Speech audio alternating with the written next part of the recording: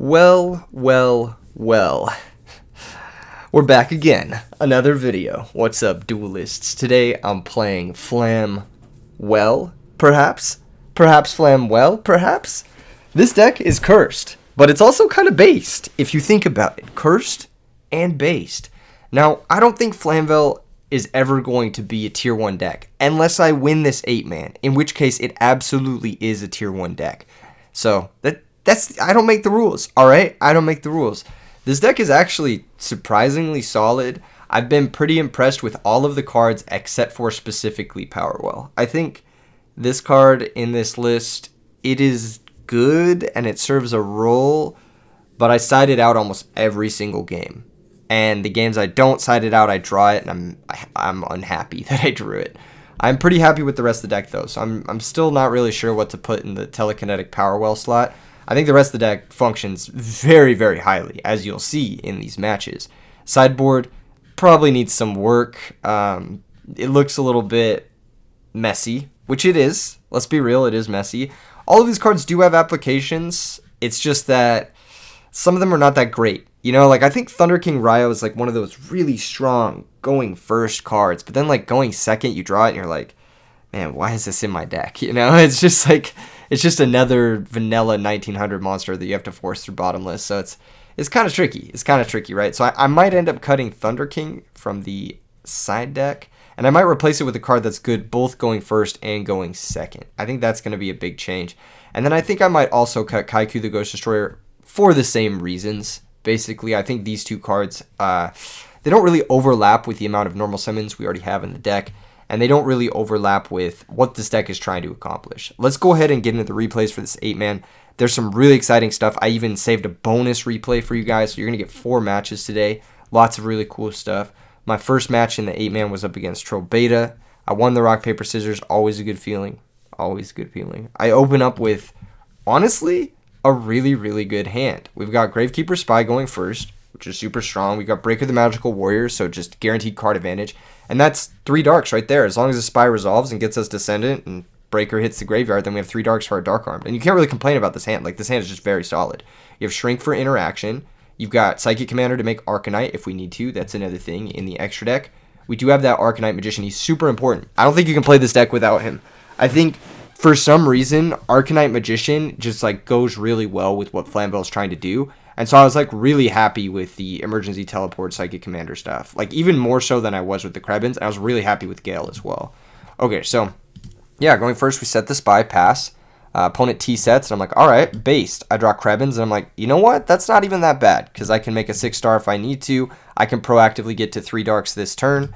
So I'm going to go ahead and grab Descendant. Descendant's going to go ahead and pop the back row. I usually pass priority when I summon Descendant, and I have something to do with a body.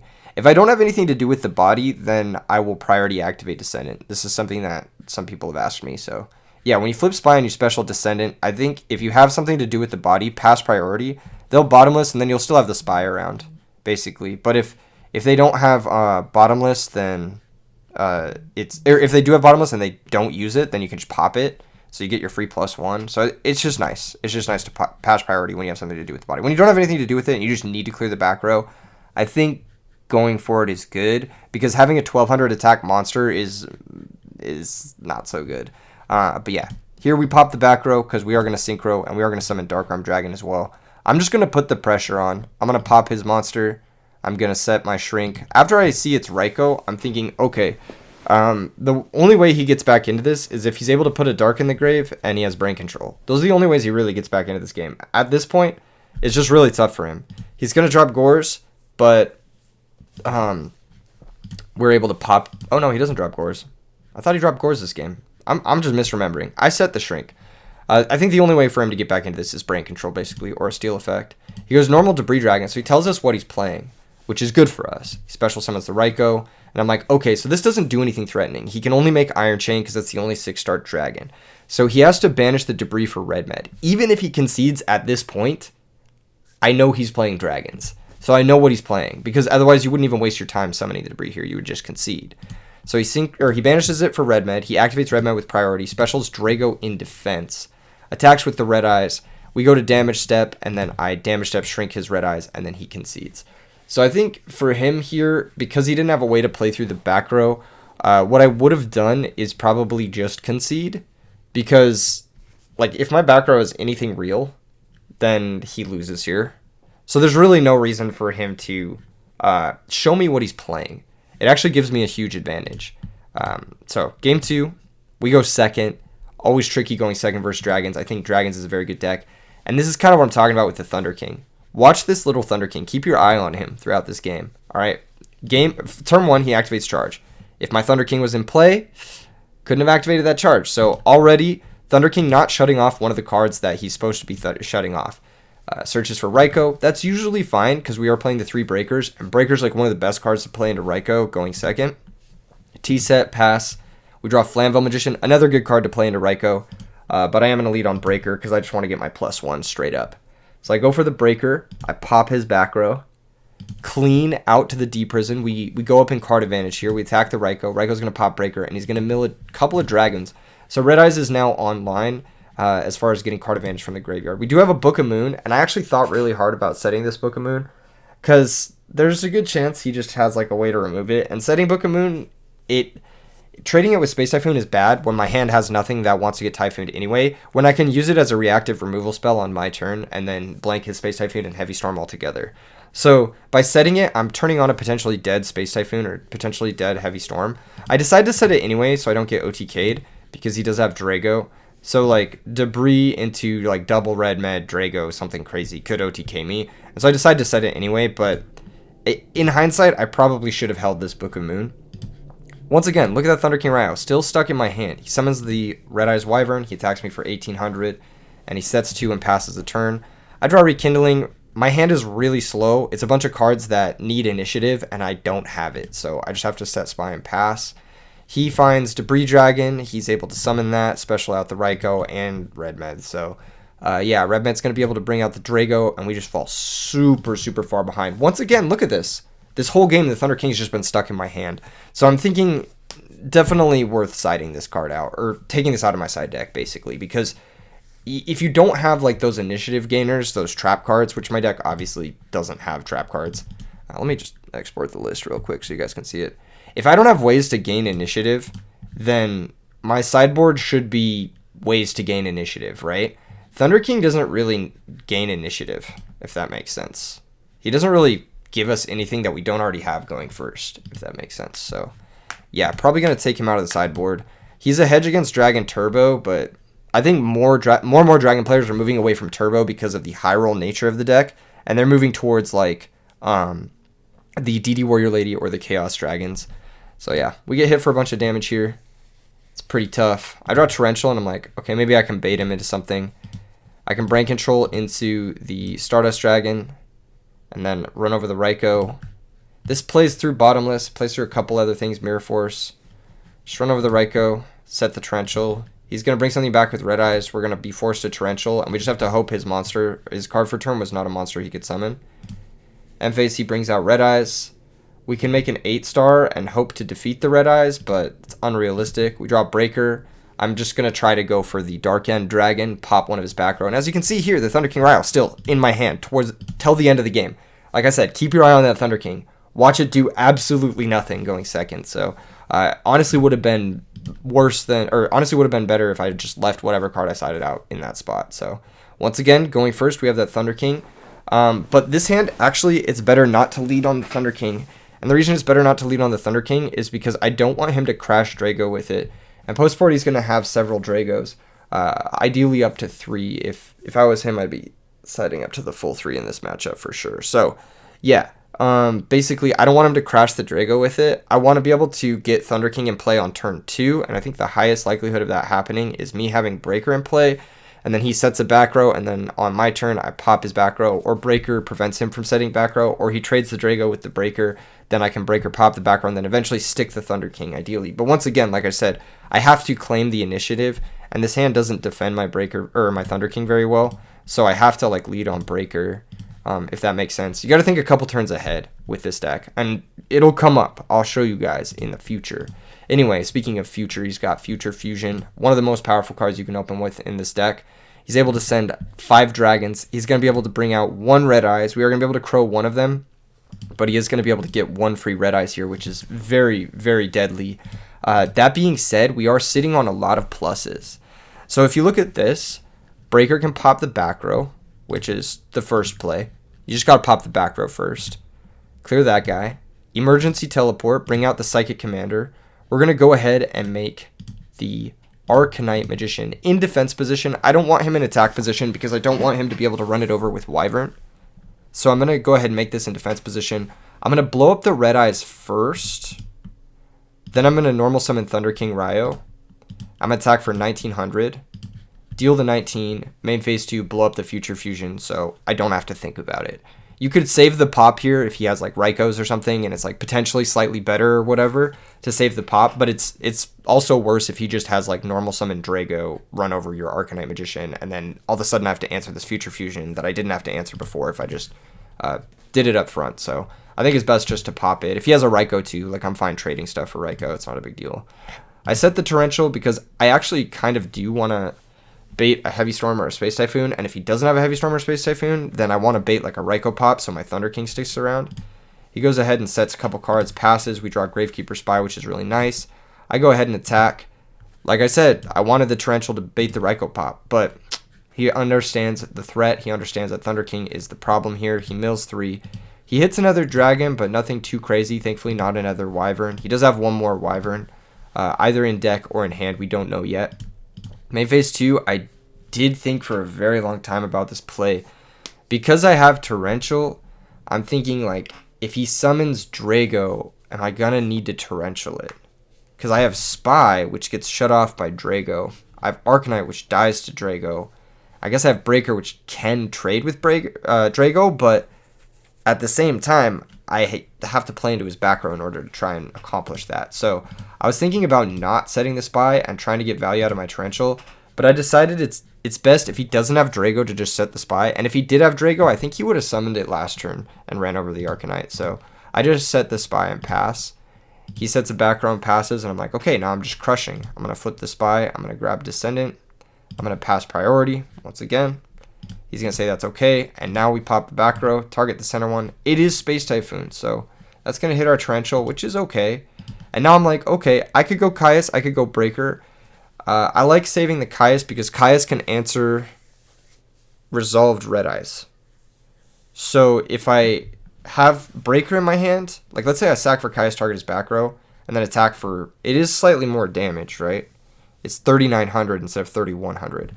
But the clock doesn't change. 3,100 kills him over 2 turns either way if he has nothing. And the only way he's coming back into this game is by going summon a guy, banish it for red eyes, special summon back a guy. Then he can only attack over 2 of my 3 monsters in play, and I'll still have a body left over to sack for Caius. So once again, you have to think a few turns ahead when playing decks like this.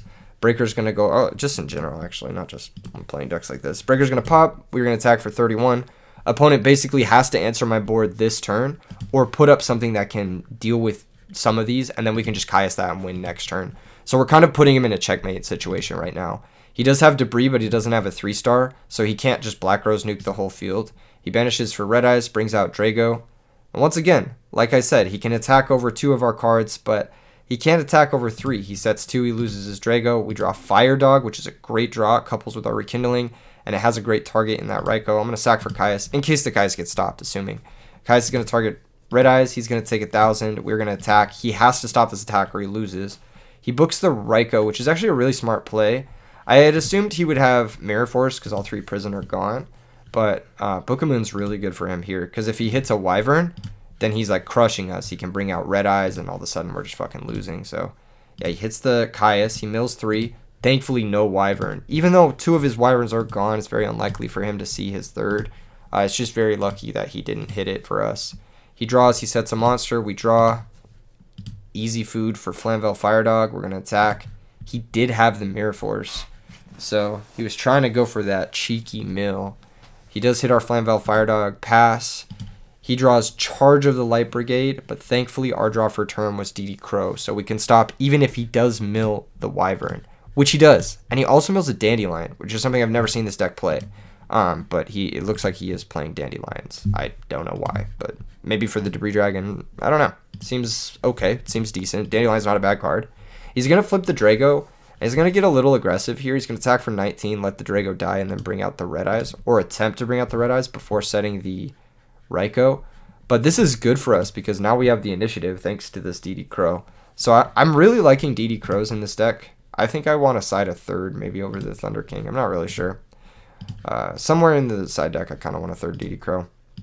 End-phase is going to try to bring back the Red Eyes. We DD Crow it. We draw Gravekeeper Spy, which is perfect. I'm going to set that. I'm going to have all the initiative before he sets his Raikou. He sets it, sets back row passes. We draw Caius, and I'm just like, I'm glowing at this point. I go Spy, summon Spy and attack. I actually thought very hard about summoning this in defense position, but it is so much better to summon it in attack because he potentially has his own Caius, which we don't want to let him have access to. So I'm going to go ahead and sack for Caius, target his Raikou, and then I'm going to try to run over both tokens and just hope this goes through. Mirror Force and Deep Prison are gone, so it's pretty safe to just attack here. He does have Book of Moon, but he lets his token die. He draws Heavy Storm. We draw for turn. It's Flamvell Magician. I'm going to summon that. I'm going to make Stardust Dragon. He only has one way to stop an attack, and we are going to take this match. Despite the turn 1 Future Fusion, despite having like the best possible start, we were able to keep up in card advantage thanks to Breaker and Arcanite Magician. I think these cards like single-handedly keep you head-to-head in card advantage with all the best decks. So that's why we are playing the full 3 copies of Breaker, and that's why we are playing the Psychic Commander and the Gale to be able to make Arcanite Magician. In situations where you've fallen behind a little bit in card advantage, it's pretty easy to claw your way back with this deck. Alright, moving on to the next round. Next round I'm playing against Wames. Shout out Wames, aka James, aka Wames James. Opening hand has Gores, so you know what we're doing. We're just passing. He has Diva. Diva's gonna get Gilman. He's gonna attack with both. I'm gonna drop Gores. That's it. That's just how it's done, folks. You summon Gores. We get a 1700 token. And he makes Android. I make a dumbass play here, but alas, I am silly and not good at this game. I summon Flamvell Magician, and I say, fuck it, you don't have Honest. And I attack the Android. And he didn't have Honest, thank God. I attack with Flamvell Magician and the token as well. Some of the decks that do play Diva do play Honest. Like the Diva Gemini deck plays Honest, so that was a pretty silly play when I could have just booked it to play around Honest, but it's fine. Anyway, he ends up having his own Gores, so I'm like, oh shit, that's bad for me. I better set enemy controller. And the reason we set enemy controller is because if he goes Heavy Storm or Space Typhoon, I can chain enemy controller, sacking Flamvell Magician, taking his Gores, and positionally securing my own Gores, basically. So, yeah, set enemy controller. You'll see how this plays out. He goes Heavy Storm, read like a book. We chain enemy controller, sacrifice the Flamvell Magician, take the Gores, and because he didn't switch the Gores, he's going to get the Gores back in defense position, and our Gores can run over his Gores. So positionally, we have the advantage here. He can crash the tokens, but I'm going to be the one with the monster left over when all of the dust is cleared, basically. He's forced to go for brain control on my Gores, because that's what you do. You got to brain the Gores. He's going to tribute set, end phase get his Gores back, and now it's up to me to clear this situation. But I got one Dark in grave, I got one Dark in hand, I got a couple of ways to clear back row. I'm feeling pretty confident here. I draw Trag, and I'm like, oh, that's insane. This card is so broken. It is so ungodly broken. I'm so Trag-pilled, it's not even funny. I don't want to play a deck in Edison format without Trag. It is so goddamn broken. It is so stupid. Like, look how, like, kind of shaky my hand was, and then I draw Trag, and it's like, oh, my hand just wins. I just fucking crush him. Typhoon the back row to play around bottomless. Normal Breaker, run over both his monsters. Set Book of Moon to stop his malicious. We know it's malicious at this point. Set Book of Moon to stop his malicious synchro play, which is what he's trying to set up here. He goes malicious, normal summon Plague, book the malicious, leave the Plague in attack to deal that damage on the way back. He attacks over Breaker, like I knew he would. I dropped that Trag. And you guys are thinking, oh, Keegan, that's your third Dark for Dark Arm. No, I don't even fucking want this Dark Arm. I got the broken card right here in play. I'm going to ditch that boy, steal his Gores, normal summon Flamvell Fire Dog, and just win the game, straight up, with damage. And that's how it's done. Activate the Fire Dog, grab the Magician. Easy clap. Easy clap. Busted hand. Trag Gores. Can never complain when I draw Trag Gores. Honestly, those cards are just so good. And that's part of the reason why I think the Dragon deck is so good in Edison formats, because Trag Gores are like, they single-handedly win games.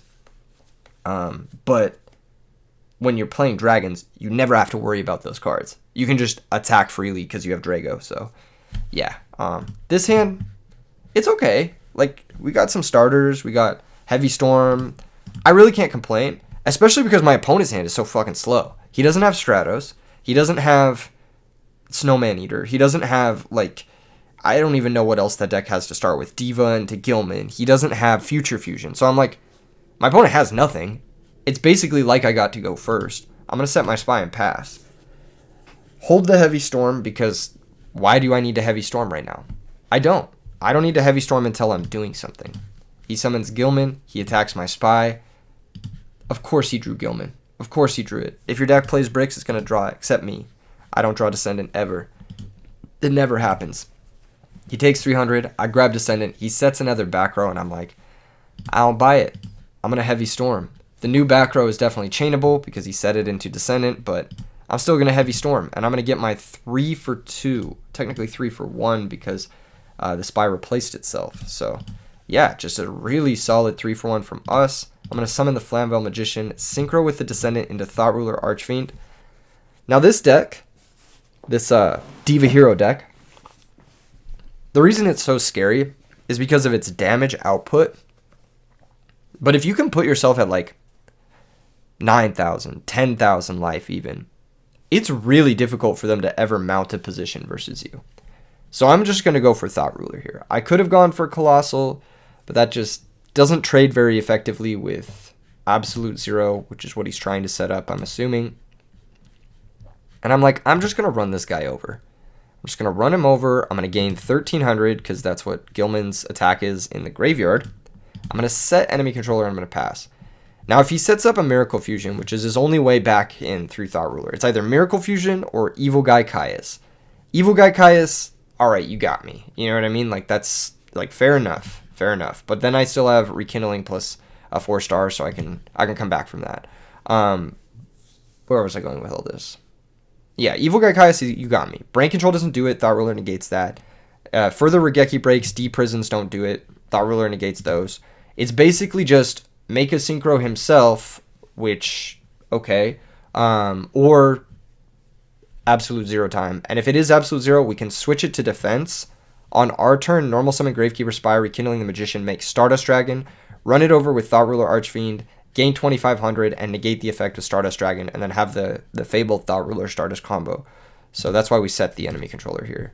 He does have Stratos. He is going to search for Evil Guy, and then he goes for Miracle Fusion. Now, I thought for a minute here about going for the enemy controller chain, take the Stratos, but that's actually much worse than just switching the Absolute Zero to defense if he has no back row. I'm assuming he has no back row because he didn't set further alongside the Regeki Break D-Prison. He was willing to play into Heavy Storm, so because of that, I'm pretty sure he doesn't have anything further to set. If this Miracle Fusion resolves, I could chain enemy controller, take the Stratos to stop the Miracle Fusion from resolving, but then if he has another Miracle Fusion, he can special the Evil Guy and the Miracle Fusion again. So I'm like, I don't want that to happen, so what I'm going to do is I'm just going to let the first one resolve, switch the Absolute Zero to defense. He could Miracle Fusion again here. He could Miracle Fusion again, but then Rekindling plus Spy will trade with his second Absolute Zero, and then we're both just at like neutral, but I've got a Mind Control and he's got an Evil Guy basically. So he could Miracle Fusion again, and I want to see if he did have it. He did not. He does have D-Prison, he does have Gores, so obviously making Thought Ruler great versus D-Prison. He's going to pass. We pick up Dark Armed, which is like insanely good. And then I go for a play, which I'm not sure if this is the right play or the wrong play, but I basically Rekindling, I Synchro into Stardust, and then I special Dark Armed, and I blow up his Absolute Zero. I was thinking maybe it's better to attack over Absolute Zero with Stardust and then save the pop, because then we have another pop just in case he top decks Mirror Force. So like, let's think a little bit ahead here, right? Let's say he has the second Miracle, he chose not to go for it.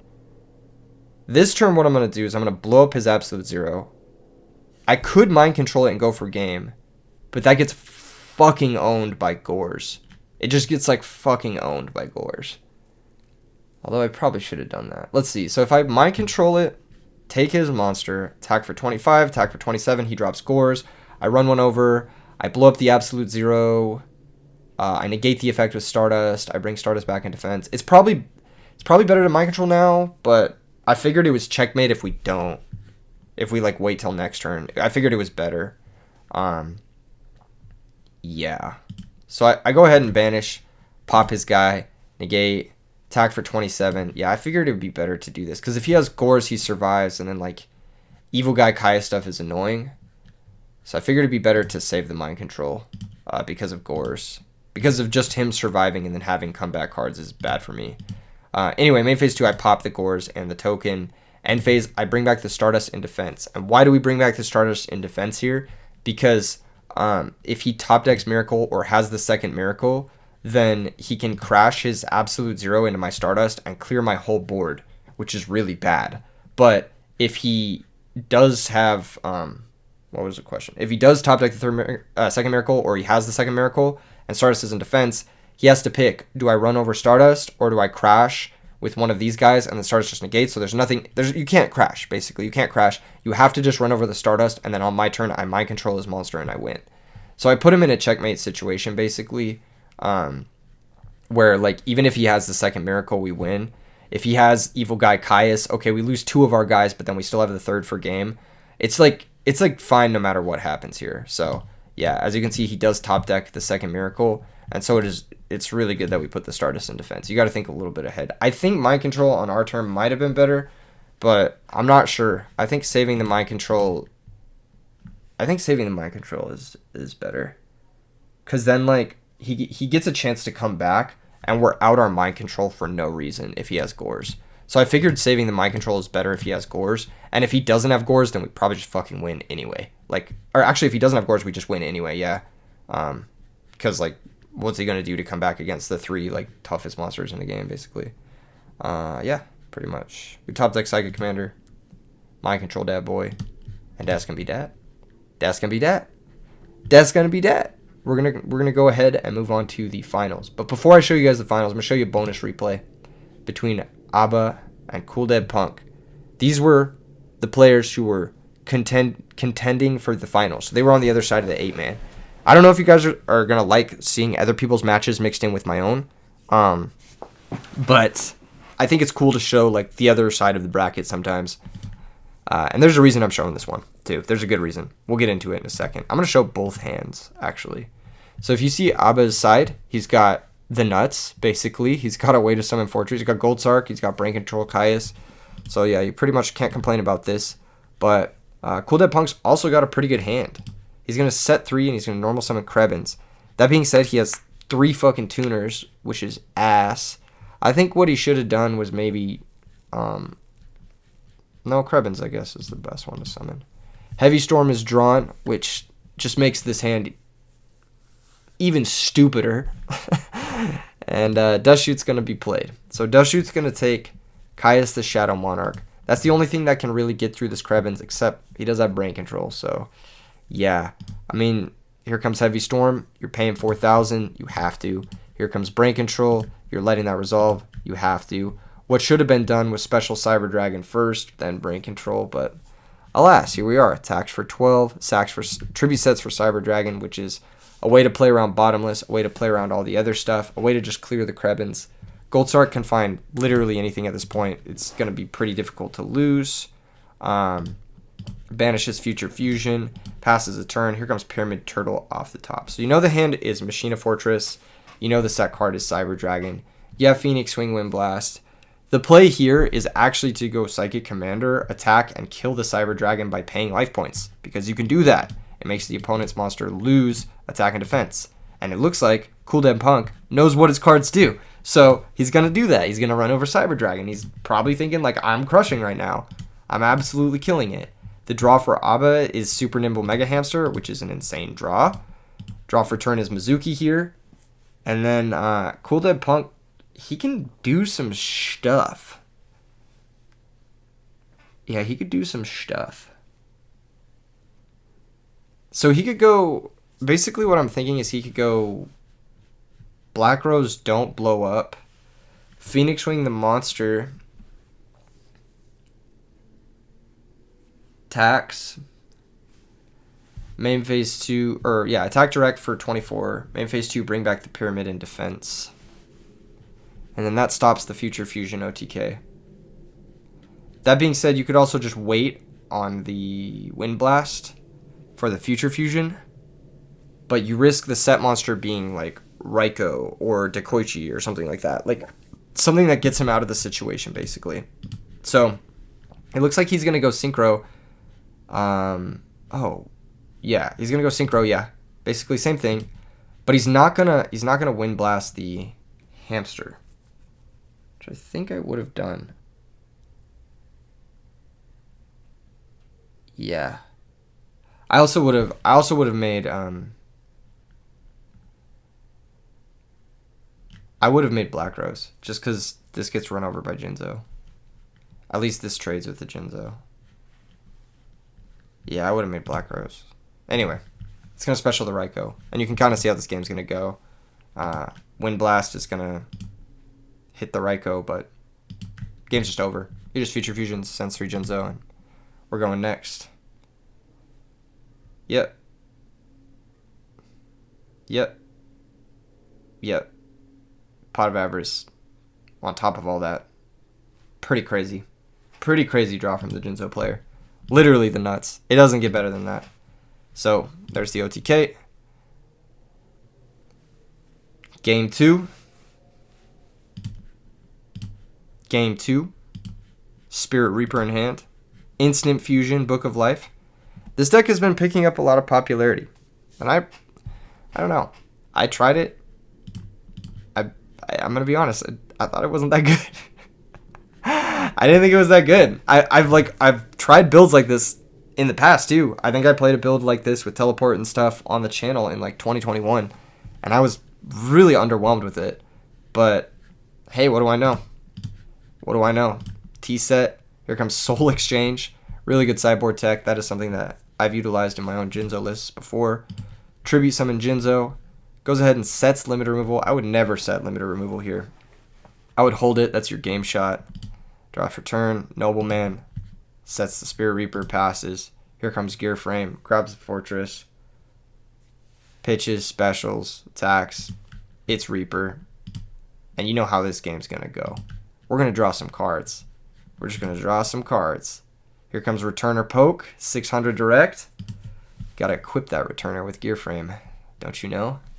Well, you want to do that for a number of reasons, but the biggest reason is because Cyber Dragon coming down here is a 5,000 fucking Chimera tech. That's the number one reason. Here comes Instant Fusion. That's gonna happen. Normal Summon Psychic Commander. Synchro into Thought Ruler. Thought Ruler is pretty good here. Gonna bring out the Reaper on the Nightmare, banishing the Jinzo.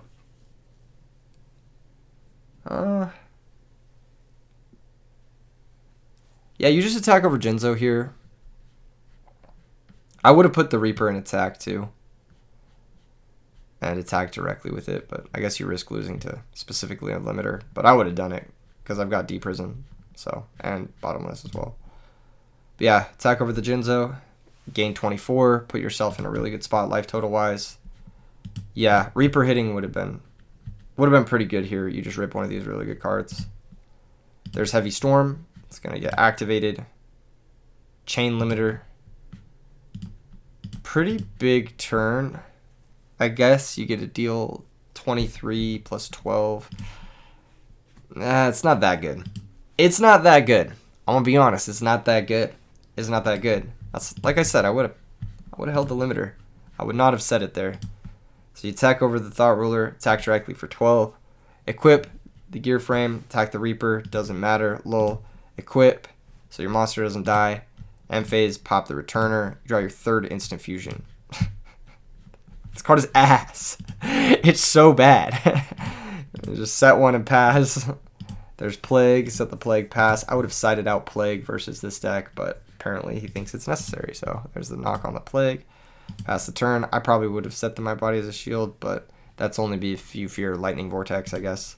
Here comes Goldsark. Goldsark is going to search for Future Fusion, which at this point isn't doing much because there's 2 Jinzos. It's just setting up for that overload fusion, basically.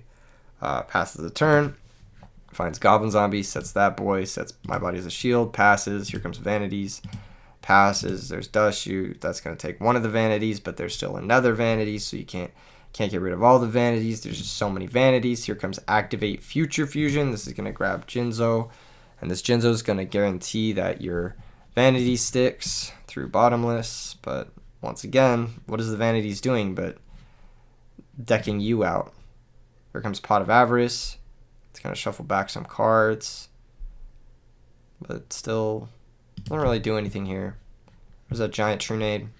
Once again, you're just kind of looking at these cards like, damn, what do I do? Normal Gear Frame, search Machina Force. You can use the Gear Frame to protect one of your Jinzos, but you're not sticking Vanity's Fiend this turn, which is problematic. Attack the set, it's Goblin Zombie, search Plague. Main phase 2, equip the Jinzo, lose the Gear Frame. You could have Black Rose this turn, but then you risk losing to Overload Fusion, so don't do it. Just pass. Draw, pass. Sack for Vanities, pass. Brain Control, that's going to take Vanities. That's going to crash with Jinzo. Pass the turn. Here comes Future Fusion, going to nuke the whole board. Here comes Gear Frame, search Fortress. You know, just silly little things, you know? Just silly little things. All you have to do with this is survive. Don't set this card. This is your win condition. Don't set either of these. You just have to survive and bait him to switch something to attack position. Setting 2 cards is never making him switch something to attack position. That's why you don't want to do that. Comes Soul Exchange. You could Soul Exchange to kill one of these. Probably should. Passes the turn. Here comes Instant Fusion. It's going to bring out Musician King. Here comes Arcanite. There goes your win condition. Why did we set it? Why did we set the win condition? There goes your hand. Why did we not kill these cards? I don't... You have the plays. You have the plays. Anyway, I'm surprised the game went on long enough for the Instant Fusion, the second Instant Fusion to actually get value. Here comes Trunade. Here comes Chaos Sorcerer. One of these should not be in play, but alas, here you are. Both of them are in play. So, yeah, just banishes. And I know a lot of you guys are saying, like, oh, he could just switch the Reaper on the Nightmare and attack, and then you could potentially discard your Overload. But then I'm like, okay, but then the Reaper's an attack. And then you win. Like, how else are you winning this game? All of your monsters are gone. Your Future Fusion is gone. Like, you just don't have other win conditions left in your deck. Dark Arm Dragon is off the table. All of the, like, strong cards that you have left in your deck that do things, Pot of Avarice, I think 2 of them are gone. No, just 1 of them. I don't even know how many Pot of Avarice you play in this. But, like, are you expecting to win the game with 15 cards in deck with, like, 3 Raikos and 2 Hamsters? Like, is that really what you're expecting to win here? No, you have to get lucky in order to win this, and the best way to do that is to keep all your cards in hand, hope he switches Reaper to attack, and then hope you can just Overload Fusion and kill him. That's like basically your only game plan at this point. Also, banishing Reaper on the Nightmare there is not a good play. You should attack the Reaper, put him down to 1500, so that it's a liability for him to keep those 2 cards in attack position. Anyway, doesn't really matter, but that's going to be that. That's going to be that. Going on to game 3. Yeah, opens up with double D-Prison versus the Jinzo OTK deck. Might have wanted to side these out, but I guess it works versus Fortress. I don't really know. Draw Go, that means Gores usually, or Bluff Gores. Smart of Cool Dead Punk to not attack with the Mizuki. Passes the turn. Here comes Special, sack for Jinzo, pitch Special, attack, attack.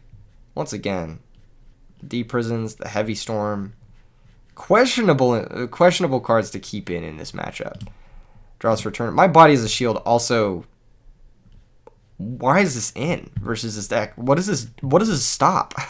I literally don't know what this stops. You have no monsters here. You can Book of Life Caius. You're basically forced to. Book of Life, banishing Cyber Dragon to play around Overload Fusion. I like it. Caius, hit the Machina Fortress.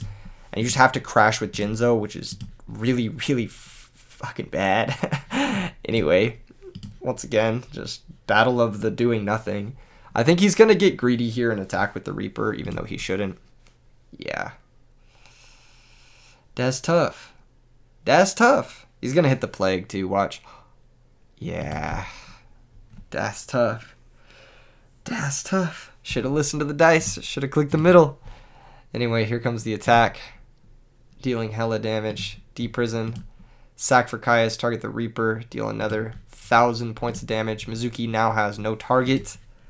Very unfortunate situation for Cool Dead Punk. Cyber Dragon. Not really doing it. Attacks for 24. Second Deprison actually getting value somehow. He could have done a bunch of different stuff here. He could have just set Royal Decree and passed. Alas, he decided not to. Limited removal. That's game. Here comes Decree. Stack for Plague. Sack for Vanities. Attack for 24. I would not have gone for this, but it works, I guess. Here comes Caius. And Caius is not going to... Actually, yeah, he can't even Cyber Dragon under Vanities. So he's just dead. That's funny. That's fucking crazy. That's fucking crazy, dog. That's fucking crazy. I don't know. I don't know about this game. I think these guys played it in a silly manner. I think it was done in a silly fashion. My body has a shield versus the Jinzo deck. Wouldn't side it in there. Alright, finals is me versus Jinzo. Let's see if I can take on the OTK deck. If you look at my deck list, which I'm sure you have been doing periodically, scrolling back to the beginning of the video, rewatching it over and over again, giving me the juicy $5 AdSense. No, I'm just joking. You'll notice I have no trap cards, which you may think, oh, that's good, because he's playing a Jinzo deck. But I also have no way to stop Machina Fortress effectively in my entire deck. So the matchup is bad, and that's putting it lightly. I think Flamvell's... They don't really like seeing the machine cards. I'll say that much. They just don't really like seeing them. Gear frame, sure. But no gear frame? It's tough. It's tough out here. Gotta go Fire Dog, run over, hope it's Hamster. It's not. Raiko's gonna mill 3, pop. I've got Decree, useless against the Jinzo deck. He's gonna pass. I've got Krebins, which can keep me alive, but he's gonna have 6 cards with a Future Fusion. I'll bet money one of them outs Krebins, right? Hit for 12. He has a Future Fusion. He special side race sacks for Caius, and I'm just like, yeah. That's game. He's gonna Future Fusion, send all the Jinzos. I don't need to see the rest of that game to know that I'm fucked. This game I do open up with pulling the rug. Great defensive option against him. He's got Caius and Gear Frame, so at least 6 targets. We've got Spy going first, which is great. We got DD Crow to stop shenanigans. And I've got Gale to come back versus a Resolve Vanities Fiend, so I'm feeling pretty good here. He goes Cyber Dragon, Caius. We got that rug, that juicy 2-for-1 rug. Now available in super rare from your OTS tournament packs. One of the best reprints, honestly. Made Edison format so much more affordable. We pick up Telekinetic Powerwell. I didn't side them out because they are a way to survive the Jinzo OTK if I have a Krebins engraved. So that's why I didn't side them out in this matchup, but I've been siding them out pretty much every other time. I bring out the Descendant. I decide it's best to play around Gore's Trag by just attacking first, saving my normal summon for potentially Gale or Caius afterward. I set Fire Dog because I'm like, okay, he can't really banish my Fire Dog that effectively. Next turn I can just flip summon it, normal summon Gale, and then just win the game. But he has Brain Caius on top of everything else, so that's pretty crazy. He opened really well this game. I'm not going to lie. He attacks for 1,200 over the Spy, but we do have that special Gale to be able to have his shit. Thunder King really should not be in my deck. Look how bad it is. You should never have the initiative to stick it. He compulses my Gale, which I'm actually pretty happy about. I thought he might compulse his Caius and try to reuse it somehow, and that would have been much worse for me. But because he didn't compulse his Caius, it tells me he has another tribute monster in his hand, which once again makes me happy that he compulsed my Gale, because that Gale can just run over whatever tribute monster he summons. So yeah, here comes the Vanities Fiend, but I've got Gale for that, so I'm going to summon that, run over the Vanities, attack for 100. Set the Shrink in case he has a way to put Jinzo into play. We can at least shrink it and keep our Gale alive. He summons Gear Frame. Unfortunately, we never had the initiative to summon the Thunder King. Motherfucker rotting in my hand still. Pitch Special Fortress. He attacks, or he averages, but we have Crow. He attacks, and you Crow the Jinzo because it makes the OTK worse. Later, he attacks the Gale. There's no reason to shrink here. I'm going to go Thunder King, run over the Gear Frame, and then hold up Shrink to trade with the Fortress, basically. So there's no reason to shrink here, but it does put us really low. He equips. We draw Krebins. I am basically forced to summon Krebins and pass. But this is actually a loss. If he unequips and attacks the Krebins twice, I lose. So I messed up here. I'm going to be honest, I messed up here. What I should have done was summon Thunder King. It was a mistake. But he doesn't unequip, so I don't lose. He may face 2 Gold Stars for Dark Iron with 3 Darks. I'm like, bruh. I draw a Psychic Commander. I'm like, bruh. At least I have Caius. I take out the Fortress. He's going to take the Thunder King out of my hand. And I'm going to attack for 24.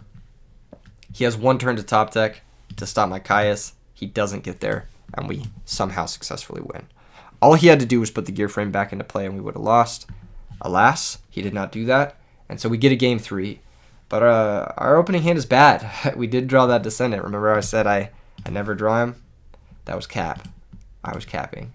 He Gold Sarks for Trunade, so I'm like, okay, he has no way to deal with back row, so I'm just going to set 3, right?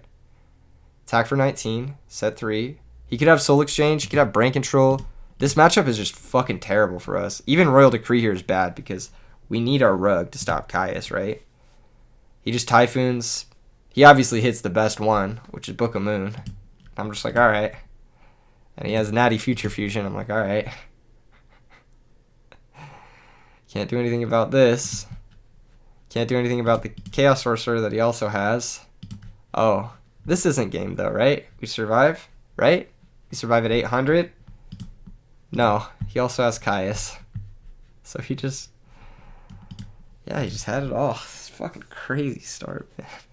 Fucking crazy. And you'll see. My next card, guess what it was? Typhoon. To stop the Future Fusion. Bro. Bro, of course. Of course it was the next card. Of course. So Flamvell remains not a top tier deck. Jinzo remains the meta threat that it is, crushing 8-mans, topping tournaments, winning tournaments all around the nation. And yeah, maybe in the future I can make this Flamvell deck work a little bit better. Maybe cut the Thunder King and figure some other stuff out with it. But for now, I'm pretty happy with where it ended up. I'm pretty happy with the list. I think, again, the big change is probably Thunder King and FlamWELL. Probably changing those up a little bit. I'm not sure what to, but probably changing them. All right, I'll see you guys in the next one. Peace.